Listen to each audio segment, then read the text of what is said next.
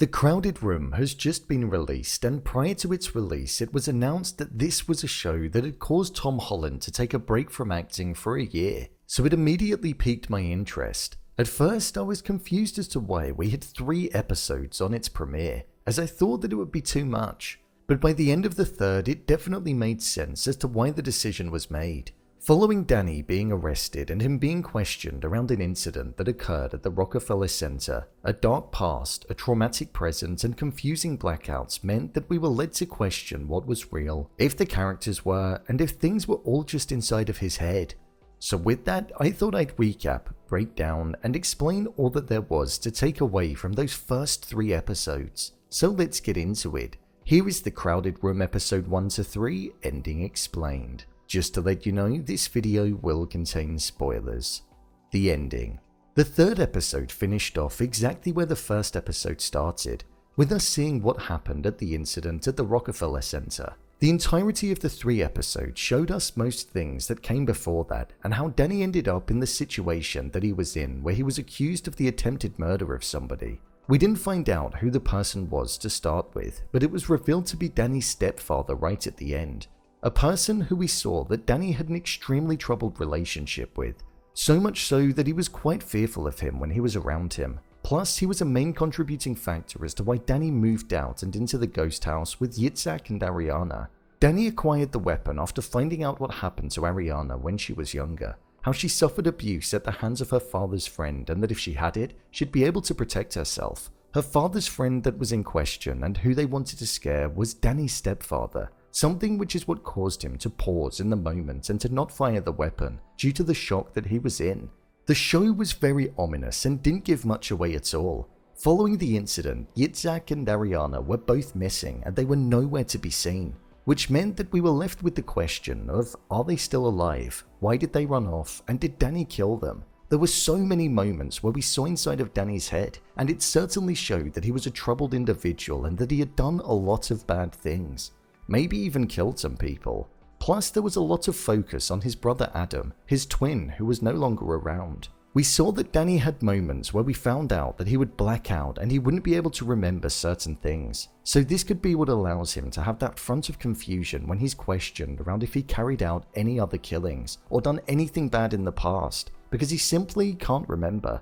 When Danny refused to fire at his stepfather, Ariana went off after him and Danny fled the scene, receiving his passport from Yitzhak and then heading on a journey to find his father, something which was rather spontaneous. We had no idea who his father was or what the importance was, but I'm going to imagine that he hadn't seen him since around the time of what happened to Adam. The book that he had was A Tourist Guide to London, so it looks as though we're most probably going to be seeing Danny embarking into London in the next episode. Danny tried to burn his art portfolio, something which was found by Raya, so there's definitely some importance on the people that he had drawn and painted. It's hard to know where this is going to lead at this point. Even though there was 3 episodes, it felt like it was 1, because of how interconnected they all were, so there wasn't tons of development. We only really got the answer to episode 1. However, it is heavily hinted that Danny could well be a serial killer and have killed a lot more people in the past. Are Yitzhak and Ariana real?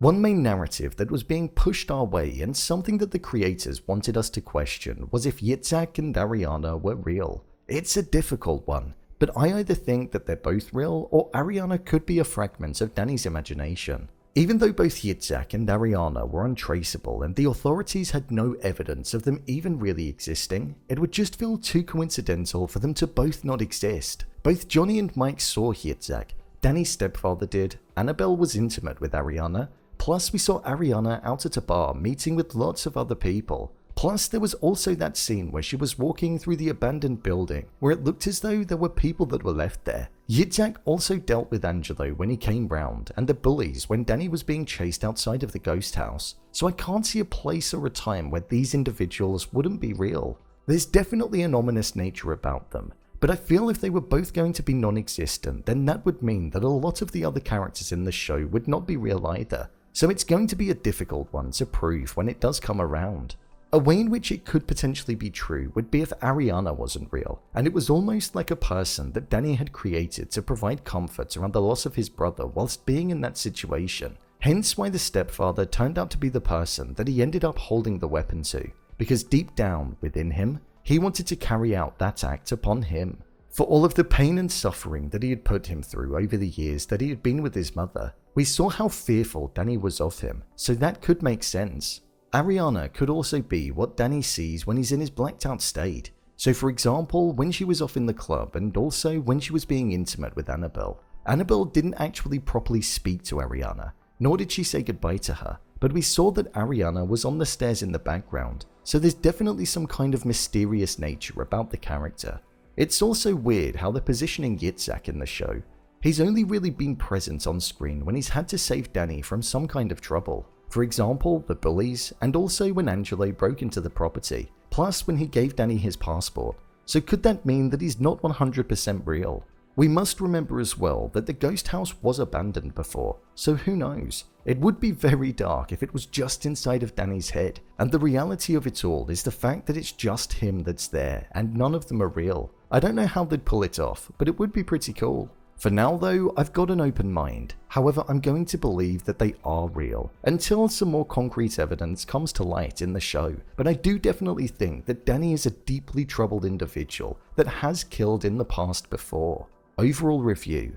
I thought these first 3 episodes were pretty good.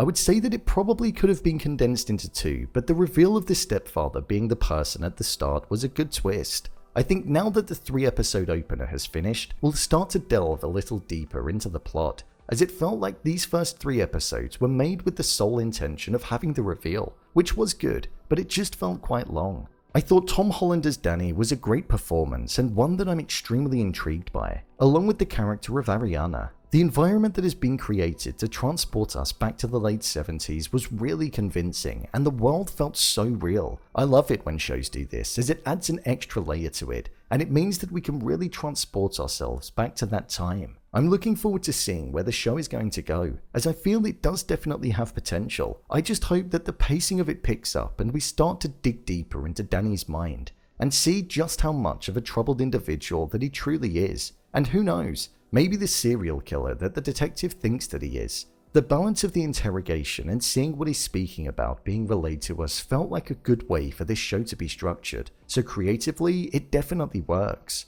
I have no idea where this show is going to go, but I'm in it for the ride. So, there you have it, The Crowded Room episode 1 to 3, ending explained. If you want to see more videos such as endings explained, theories and predictions, and character breakdowns, then click on the I button. Or alternatively, you can head over to my channel where you'll find them all. If you'd like to give me a show or movie that you'd like me to review, then head over to my Twitter, @BrainPilot_, and tweet me what show or movie you'd like me to review next. And finally, if you'd like to see what I rate the latest movies that don't quite make the cut to getting a dedicated video, then head over to my Letterboxd profile. It's where I rate the latest releases in real time. What did you think of the first 3 episodes? Leave a comment down below. And don't forget to subscribe. I'll see you next time.